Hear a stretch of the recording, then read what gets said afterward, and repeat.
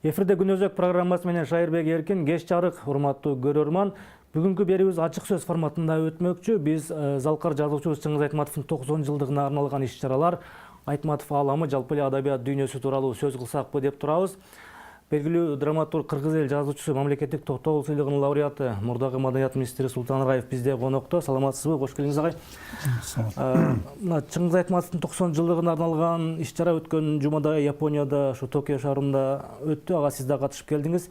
Сөзүбүздү ушул мааракеден баштасак, кандай өттү, кандай деңгээлде өттү ушул иш-чара? Быйыл өзүңүз жакшы билесиз, ушу Чыңгыз Айтматовдун улуу залкар жазуучубуздун 90 жылдык мааракеси бир гана Кыргызстанда эмес, бир жалпы дүйнө жүзүндө өтүп атат десем мен жаңылышпайм да. Ошонун ичинде Европа мамлекеттеринде, Азия мамлекеттеринде, СНГ мамлекеттеринде ушу Айтматовдун 90 жылдык мааракесине арналган бир топ иш-чаралар өттү да, ар кандай формада, ар кандай форматта. Анда эми Японияда Чыңгыз Айтматовдун 90 жылдыгы дагы өтө жогорку деңгээлде өттү деп айтсам мен жаңылышпайм. Себеби Япон эли, Япон окурмандары, Япон адабиятчылары, ошондой эле ушул маданий чөйрөсү, илимий чөйрөсү, ишкер чөйрөсү Айтматовдун чыгармалары менен өтө кеңири мындай бир тааныш да. Айтматовдун чыгармалары, бир нече чыгармалары жапон тилине которулган. Өзгөчө ушул 16 ноябрда Токиодо Айтматовдун ошо 90 жылдыгынын урматына ошонун рамкасында биздин ушул залкар жазуучубуздун чыгармасын өзгөчө бир баалаган ошо адабий чөйрө, ошо Япон чөйрөсү өткөрдү. Ошол жерде сөз болду. Менин таң калганым ушул, өзүңөр билесиңер, бул Япония ушул Азиядагы, чыгыштагы эң интеллектуалдык, маданий жагынан да, адабият жагынан да эң өнүккөн мамлекеттердин бири да. Бул өзүнүн адабий салты бар, маданияты бар, өзгөчө бир түшүнүгү бар, өзгөчө көз карашы бар өлкө болуп эсептелет да.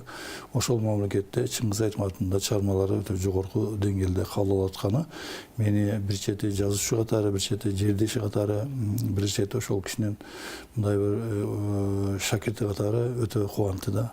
Себеби өзүңөр билесиңер, Япон адабияты азыркы күндө дүйнөлүк адабияттын бир өзгөчө бир феноменалдык адабият болуп эсептелет да. Өздөрүнүн классиктери бар, Акутагава деген, Кензабуро Коба, ошондой эле Ясунари Кавабата. Бул өзгөчө бир Япон салтын бириктирген, Япон маданиятын чагылдырган өзгөчө адабият да дүйнөдөгү. Анан эми ошол адабият Айтматовду таанып, Айтматовду мындай бир руханий өзгөчө бир көрүнүш катары кабыл алгандыгы мени өтө кубантты да. Себеби ушунчалык Айтматовдун чыгармаларын терең өздөштүргөн, Айтматовдун ушул бүткүл чыгармачылык пластын, чыгармачылык дүйнөсүн кабыл алган өлкө катары, ошондой эле Айтматовду өзгөчө бир мындай бир Айтматовдун жамиласы которулган да жапон тилине. Ошол жамиланы өзгөчө бир сүйүүнүн символу катары кабыл алышканда, бул япондордун өзгөчө бир улут катары бир жактары бар да, мындай бир сүйүүгө, башка мамилеге, башка бир философиялык көз караштарга, ошол түшүнүктөргө, ошол түшүнүктөргө ошо Айтматовдун эмнегедир ушул көркөм дүйнөсү топ келип калышкан, төп болуп калганда, ошондуктан Айтматовду өтө жакын көрүшөт экен. Эми Айтматов чыгыш жазуучусу, азиянын жазуучусу, бирок эми ошол эле учурда Жапон адабияты ошол чыгыш маданиятындагы бир өзгөчөлөнгөн адабият, өзгөчө бир манерасы бар, өзгөчө бир ой жүгүртүсү бар да. Айтматовдун деле учурунда Жапонияга, Жапон элине мамилеси өзгөчө болсо керек. Албетте, Айтматов ошо өзүңөр жакшы билесиздер, Икеда деген Япон жазуучусу менен чогуу бир мындай бир трактат, эссе жазган, ошондой эле Калтай Мухамеджанов менен Фудзиямада Кадырдын деген драманы жазган да. Анан жана ошонун бардыгы, ошол чыгармачылык эмнегедир ошол Япон маданиятына, Япон адабиятына, Япон турмушуна Айтматовдун да өзгөчө бир кызыгуусу болгондугун агемдеп турат да. Жапондор азыр деле Айтматовду окуп жатат экен анда азыр. Албетте, азыр да окуп атышат, азыр албетте окуп Айтматовду ошон үчүн окуп, өзгөчө анын чыгармачылыгын жогору баалагандыгы үчүн атайын ошол 90 жылдыгынын урматына ошо Японияда Чыңгыз Айтматовду эскерүү кечесин өткөрдү да. Бул дагы жакшы көрүнүш. Ошо Жапонияга барганда Айтматов кастарлаган, Айтматов сүйгөн Фудзи тоосун да көрсөңүз керек анда. Эми албетте ушул 16-ноябрда ошол Айтматов тескери кечеси болду. Ал жерге мен чыгып сүйлөдүм. Ошо Кыргызстандан жалгыз ушу жазуучу катары ушу бардым. Ошол жерде чыгып сүйлөдүм. Ошондой эле ушул Япониянын бир топ жерлерине бардым да. Себеби мен бир жумадай болдум ал жерде, баш аягы 10 күнгө жакын. Анан ошондой чоң мүмкүнчүлүк пайда болду. Ошол биринчиден мен ал жака баратканда эле ойлогом, ушу жапондор Чыңгыз Айтматовду кандай кабыл алат, анын чыгармаларына кандай мамилеси бар, кандай көз карашта деген суроолор болду да, албетте мындай кызыктырган мени. Анан экинчиден ошол Айтматовдун чыгармаларына болгон алардын мамилесин билүү дагы мен үчүн кызыктуу болду да. Анан бул жерде айтып коюш керек, мына бир топ мамлекеттерде болду, ошол эле Улуу Британияда болду, Америкада болду. Улуу Британиянын азыркы премьер-министри дагы Айтматов чыгармасынан үзүндү окубадыбы? Демек бул Айтматов чындыгында бул планетардык, дүйнөлүк адам экендиги, интеллектуал экендиги, философ, гуманист экендигин дагы бир жолу тастыктады да. Себеби жапондор дагы оңой менен башка маданиятты кабыл ала бербейт, башка маданиятты өзүнө сиңире бербейт. Алар өзгөчөлөнгөнү ошол өзүнүн маданиятын нукура бойдон сактап калуу, өзүнүн маданиятына келгенде өтө консервативдүү эл болуп эсептелет да. Илимий техникалык жаңылыктарды, дүйнөлүк мындай бир эмелерди бат кабылдап, өздөрү бат эме кылышы мүмкүн. Бирок мындай маданиятты өзүнө кабыл алганда өзгөчө бир мындай бир улуттук бир талап бар да, улуттук бар, көз караш бар, өзгөчөлүк бар. Ошондуктан ошого карабастан Айтматовду кабыл алгандыгы өтө жакшы мындай көрүнүш катары эсептелет да. Эми да бир нерсе айтып коюш керек, ушул эскери кечесинин мен өзгөчө айтып коюшум керек. Мына азыркы күндө биздин тышкы иштер министри болуп иштеп атпайбы Чыңгыз Айдарбеков. Ошол Чыңгыз Айдарбеков посол болуп турганда ушул идеяны көтөргөн экен да, Айтматовдун эскери кечесин өткөрсөк деп. Аны ошол жапон коомчулугу, жапон чөйрөсү кабыл алып, ошол жогорку деңгээлде өткөрдү, кол кабыш кылышты. Мына өзүңүз айткандай Айтматовдун 90 жылдыгына арналган иш-чаралар Кыргызстанда эле эмес, бүт дүйнөдө өтүп жатат. Өзгөчө бизге кошмо өлкөлөрдө постсоветтик аймак болгон КМШ аймагында өтүп жатат. Мына кечээ эле Минскиде бир паркка Айтматовдун ысымы берилди. Сиз ушул иш-чаралардан бир өзгөчөлүктү байкап жатасызбы? Эми албетте өзгөчөлүк. Биринчиден өзгөчөлүк эмне? Бул биринчи кезекте ушу Айтматовдун жазуучу катары, гуманист катары ошол доордун ошо 20-21 кылдын башындагы доордун өзгөчө бир феномени катары ага болгон мамилени мен өтө мындай эме кабыл алып атам да, өзгөчөлүк катары кабыл алып атам. Ошондой эле ушул Айтматовдун чыгармачылыгы дүйнө элин мындай бир кызыктырып, ойлондуруп аткандыгы өтө кызыктуу да. Себеби адабиятта билесиздер, мындай бир адабиятта эки нерсе болот да, өзү бир адабий классикалык чыгарма болот, анан адабий популярдуу, адабий мода да болот да, кайсы бир жазуучуларга. Бирок Айтматов деп айтар элем, ушул адабий классикалык үлгүлөрдүн катарына кирген ушул адабияттын өзгөчө бир мындай бир терең, уюткулуу адабият экендигин ошо байкап атам да. Мына мисалы үчүн көрөсүз, айта турган болсом, Европада кыргыз жазуучусу ошол Европа эми бүт адабиятты көргөн эмеде классикадан тартып бүгүнкү мега популярдуу авторлорду да көргөн. Бирок ошого карабастан ошол Айтматов Европа жазуучуларынын арасында руханий атаандаштыкты түзүп, ошол бойдон мындай өзгөчө бир сыйда калды да. Демек, биз азыр эми мына айтып атабыз, 90 жылдык болуп атат, анан Айтматовдун чыгармачылыгын жөнүндө сөз кылып атабыз.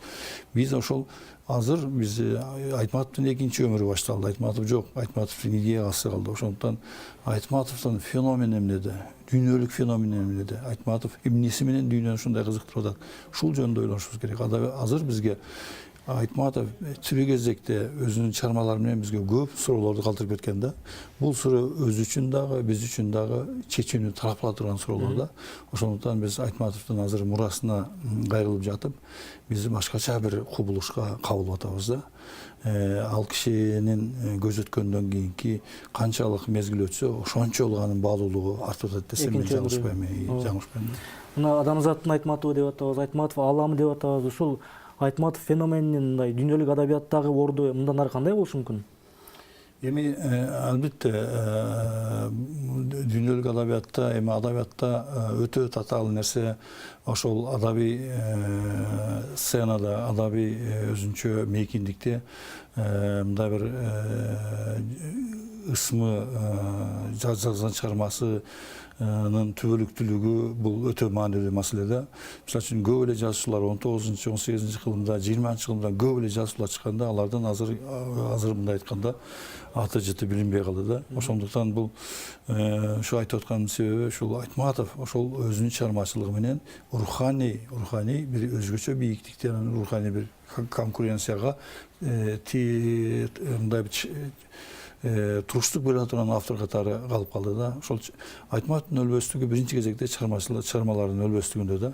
Ошондуктан мен айта билем, биз Айтматовду мындан ары да жайылтуу үчүн сөзсүз түрдө анын мурасына, чыгармаларына өзгөчө бир изилдөө жүргүзүп, терең изилдеш керек деп ойлодум да. Биз эми буга чейин адабияттын деңгээлинде, адабият таануунун деңгээлинде эле, адабий сындын деңгээлинде изилдеп келдик да. Азыр бүгүн ал чыгарманы башка бир илимдердин, башка бир агымдардын, башка бир философиялык түшүнүктөрдүн, дүйнө таанымдын, азыркы мезгилдин, азыркы чакырыктын доорунда башкача өңүттө карашыбыз керек деп ойлойм. Рахмат, азыр бир аз рекламалык тындыгуу жасап алалы, анан кайра кайтып келебиз.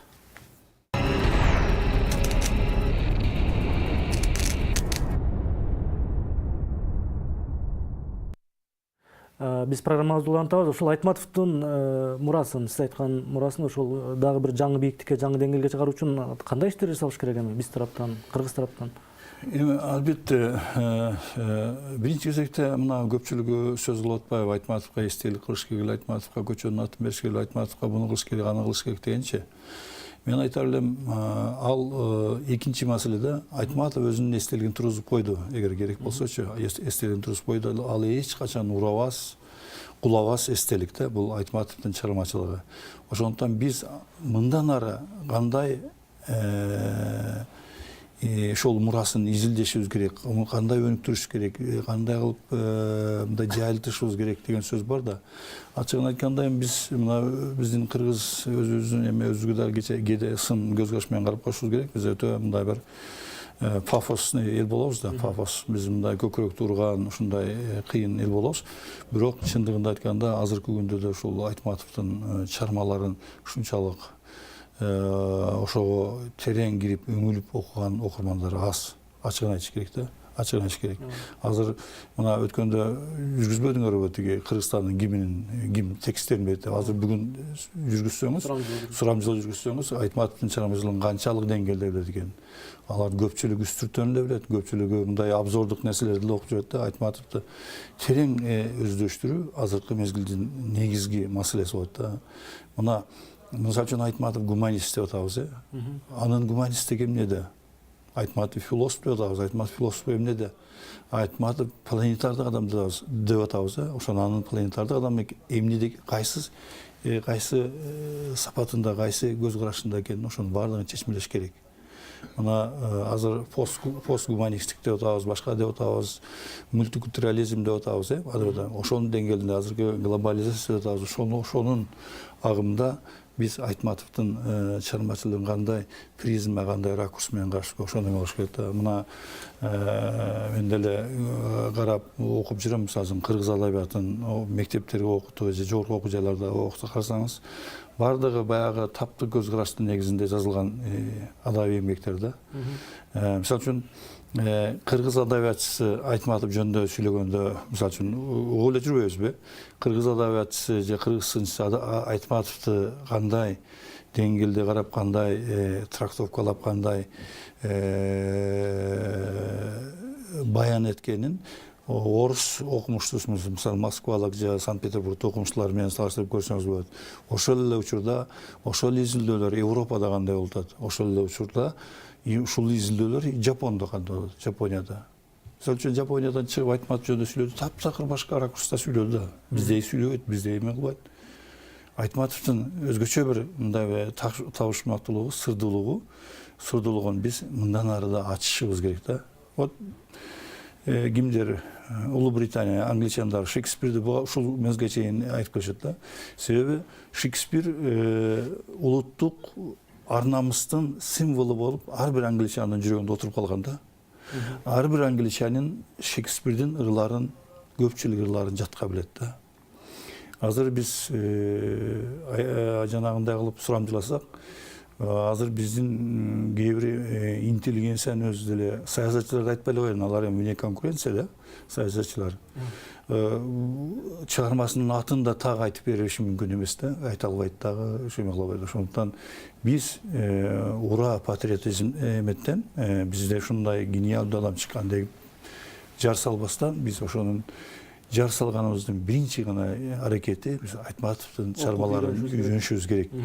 Айтматовдун руханий улуттун лидери катары, бейрасмий символу катары, мамлекеттик символдор бар да, бейрасмий символ катары ар бир Айтматовду манасты сыйлаган адамдын кабинетинде же үйүндө сөзсүз түрдө манас менен кийинки муун китеп окууга муун келди деп атпайсызбы? Ошондой сатта кандай жайылыш келген? Азыр эми өтө бир муун келет атпайбы? Азыр мындабы азыркы дүйнөлүк технологиянын өсүшү менен азыр биз технократ муунду эме кылып атабыз. Техника дегенде да биз doğru ошондой болушу мүмкүн. Биз ал деңгээлге деле жете элекпиз да, мындай техниканын өзү. Бирок ошол бизде мына мобилдүү коммуникациянын жертвалары деп коебуз да, курмандыктар болобуз. Азыр биз ошол азыр карасаңыздар биз бүт дүйнөбүздө башыбыз, жүрөгүбүз, дүйнөбүз дагы бардыгы жана кичинекей мобилдик кутучага, телефонго кирип кетти. Биз азыр орто чеп менен салыштырып карасак, мисалы үчүн бир адам бир күндө канча жолу адам менен адамын экөөбүз кылгандай общение кылат, анан канча жолу телефондун ичине кирет. Ошонун бардыгы дүйнөсү, аңты сезиминин бардыгы жанагы кичинекей алакандай болгон эмеге кирип кетип барат да. Биз ошол сазга сорулуп баратабыз да. Ошондуктан азыр адабиятты окуу, адабиятка кызыгуу маселеси улуттук маанидеги маселе деп айтар элем да. Себеби бардык, мына айтып атпайбызбы, коомдо ар кандай нерсе болот, коррупция, ушунун бардыгы болот. А бул кандай нерсе? Мына эме деген болгон, Алексис Токвилл деген киши болгон, бул ошол саясий илимдин атасы деп коет да, Карл Маркс менен тең койгон киши да. Ошол айтканда өзүнүн демократия жөнүндө трактатында айтканда, коррупция деген биринчи кезекте бул ыйман кылмышы депчи. Коррупция это прежде всего преступление нравственное деген да. Эгер ыймандуу адам болсо эч качан ага барбайт. Эч качан ал нерсеге барбайт. Себеби анын өзөгү ыймансыздыктан келип чыгат да. Ошол ыймансыздыкты тарбиялоо адабияттын эң башкы миссиясы. Айтматов ушул миссияны аткарып кетти да, аткарып кетти. Анын ошондуктан биз Айтматовго таптакыр башка бир мындай бир чен өлчөмдөн, башка бир философиялык мындай бир өзгөчө чен өлчөмдөн карап изилдешибиз керек да. Мен салыштырам да, айттым го жана кыргыз окумуштууларынын, орус адабиятчыларынын, Европа, Япон, ошо дүйнөдө көп жерде болдум. Салыштырганда 4 дүйнөнүн башка бурчундагы адамдар бир эле Айтматов жөнүндө 4 башка сүйлөйт да.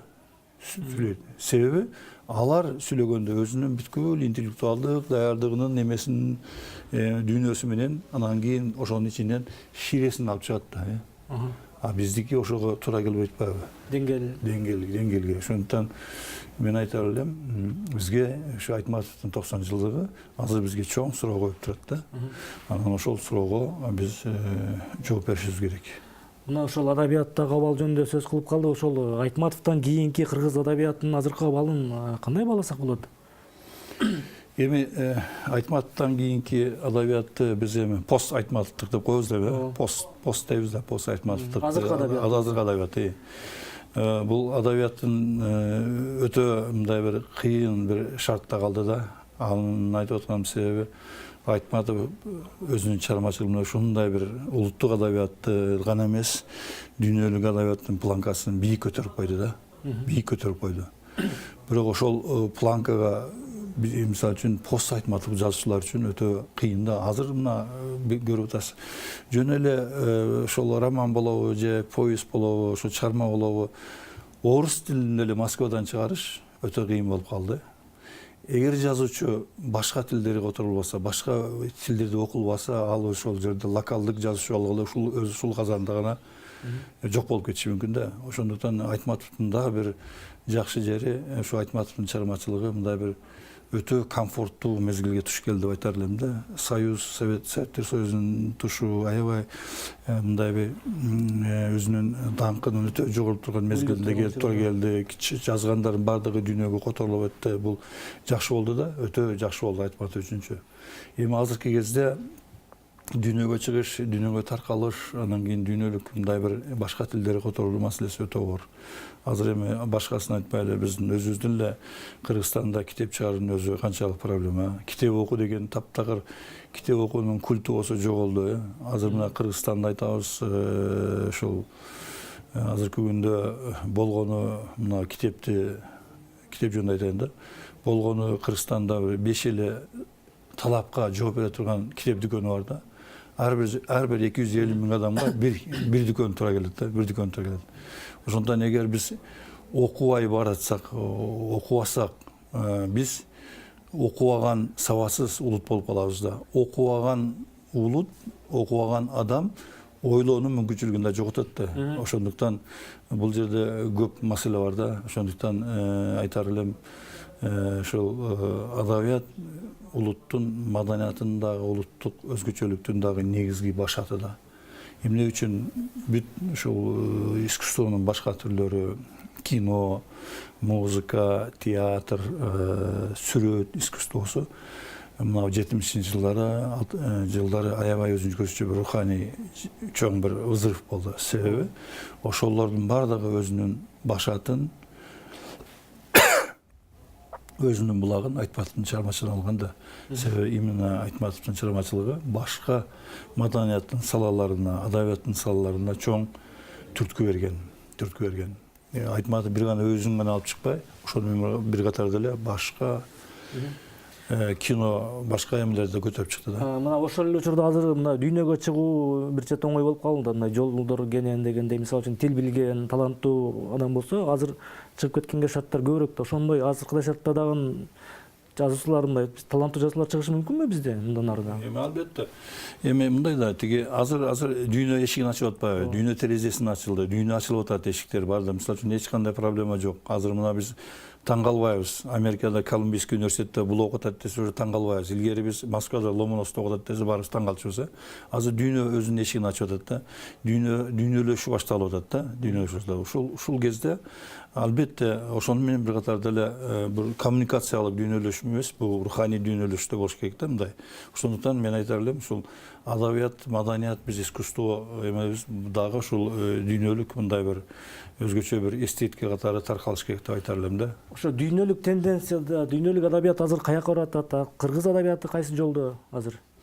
Эми азыр дүйнөлүк адабияттын тенденциясы албетте мына Советтер Союзу кулагандан кийин совсем таптакыр биздин мейкиндикте башка бир адабияттын өзгөчө бир мындай бир фундаменти туруп атат да, калыптанып келатат деп айтсам болот да. Себеби биздин адабият билесиңиз өзү политизированный таптык адабият болчу. Азыр бизде ушул же морализатор болчу. Азыр биз адабият азыр катализатор болуш керек да. Адабият азыркы бүгүнкү турмуштун өзгөчө бир мындай бир көрүнүшү катары чыгыш керек деп ойлойм да. Эми албетте мына мисалы үчүн Жапон адабиятын айтайлы. Жапон адабияты же Европа адабиятында бул адабиятта мындай эң башкы карман адам болгон да. Адам жан дүйнөсү. Адамдын дүйнө таанымы болгон. Мисалы үчүн жапондор өтө сыйлаган номер 1 жазуучу бул Достоевский да. Достоевскийди баардыгы эле кимдеги сөзөт Коба деле, Кавабата деле, Ясунари Кавабата деле, башкалар деле, Канзабуровой деле баардыгы өзүнүн устаты катары кабыл алышат да. Алар Достоевский аларды окуткан эмес, а Достоевскийдин чыгармасынан алар окуп атпайбы. Мындай бир азыр адабиятта, дүйнөлүк адабиятта өзгөчө бир өзгөрүүлөр болот да. Азыр дүйнөлүк адабиятта кыскалыкка өтүп атат, анан ойлордун системасы да өзгөрүп атат да. Анан ошол ойлордун ой жүгүтүнүн дагы системасы өзгөрүп атат адабияттачы. Аябай мындай бир концептуалдуу адабият башкача бир үмүт өтүп атат. Ошондуктан мен айтар элем, албетте, значит, ар бир элдин өзүнүн угуту бар да, угуту бар сөзсүз түрдө. Мына орустарда айтабыз, Лев Толстой чыккан, андан кийин Достоевский чыккан, андан кийин да кыйын жазуучулар чыккан деп айтабыз, Чехов чыккан депчи. Албетте бул өзү мындай чырмалышып кете берет да. Бизге Айтматовдун эң башкы сабагы, Айтматов бийик адабияттын үлгүсүн көрсөтүп кетти да. Бийик адабияттын үлгүсүн көрсөтүп кетти. Ошол үлгү ар бир жазуучуга өзүнчө бир маяк болуш керек да. Мисалы үчүн Маркестин деле сөзү бар го. Мен жаңы роман жазып атканда баштаганымда бир жагыма Достоевский деген, бир жагыма Сервантес деп коюм, Дон Кихот. Ошто менин алдымда эки адабияттын бийик тоосу турат дейт да. Бул менин жазуучулук ички ыйманыма, ички нерсеме дайыма мындай кылып сигнал берип турат да. Ушул түрткү берип турат. Ушул адабияттан төмөн нерсе жазбашым керек дегенчи. Ошонусу андай Айтматовдун чыгармасы бизге да кайтат да, жакшы чыгармаларды жазууга милдеттендирет. Эгер жазуучу чындап эле жазуучу болом десе, тиди качты болбойчу. Мына дүйнөлүк адабиятта, кыргыз адабиятына сиз дагы ошол Айтматовдон кийинки дүйнөлүк деңгээлге чыгып келаткан жазуучулардын бирисиз. Мына былтыр Топон аттуу романыңыз Швецияда өткөн эл аралык сынакта баш байгени жеңип алган. Ошо сиздин чыгармачылыгыңыз кантип атат азыр? Эми менин ушу чыгармачылыгымды айта турган болсом, ушул Жан жаза деген романым 2015-жылы Лондондон чыкты. Андан кийин ага чейин ошол Корона деген китеп Москвадан чыкты. Азыркы күндө ошол түрк тилинде чыгып атат, Жан жаза деген романым. Ошондой эле ушул бир айдын тегерегинде казак тилинде чыгышы мүмкүн. Анан башка тилдерге да которуп атат да. Мына Францияга да бардым дегендей. Эми Топон Швецияда дүйнөлүк адабият конкурсунда биринчи гран-прини жеңип алды. Бул Топон азыр Москвадан чыгып атат. Анан эми ошол мисалы үчүн ошол жана Лондондон чыккан ошол Кара деген китебим азыр ошо дүйнөлүк эмеде аябай эме болуп атат да, мындай кызыгуу болуп атат. Мен талкуулап атат. Ошол эле Свободный Европа жазбадыбы ошол Кара деген роман жөнүндө. Ошол роман жөнүндө эле англис тилдүү массалык медиаларда 3000ге жакын пикир чыгыптыр ошол роман жөнүндөчү. Ошол роман жөнүндө мына ачык айтып коеюн. Анан ошол эле роман китеп Австралияда $60 сатылып атат да. Жан жаза романы. Ооба. Бизде болгону, мисалы Кыргызстанда чыкты 15-14-жылы, болгону бир 10го жетпеген мындай пикирлер, мындай изилдөөлөр чыкты да. Чыктылар, мындай изилдөөлөр деп айта албайм, мындай ошол көз караштарсын пикирлер, эмелер чыкты да. Анан эми албетте бул жан жаза өзүнүн формасы, мазмуну жагынан дагы биздин улуттук кыртыштагы адабиятка мындай бир өзүнүн формасы боюнча, стилистикасы боюнча да туура келбеген мындай ошондой багыттар бар. Бирок эми аны деле кабыл алыш кыйын да. Өз учурунда Жамиланы деле канча сындап жазышпадыбы. Анан анча-мынча бир балдар жазды мындай эме депчи ошол жөнүндөчү. Анан эми мындай бир бул дагы өзүнчө бир изилдөөнүн предмети болуш керек деп ойлойм да. Жана Маркестин сөзүн сизге келтирсек да, ошо сиз кайсы китептерди, кайсы жазуучулардын китептерин коесуз? Жана Маркес айткандай Сервантес менен койгондой сиз кимди коесуз анда? Эми мен андай жаныма да китеп койбойм, бирок мээмде турат да, ушундайлар бар депчи, ошонун ичинде Айтматов да бар да. Ушундай кылып.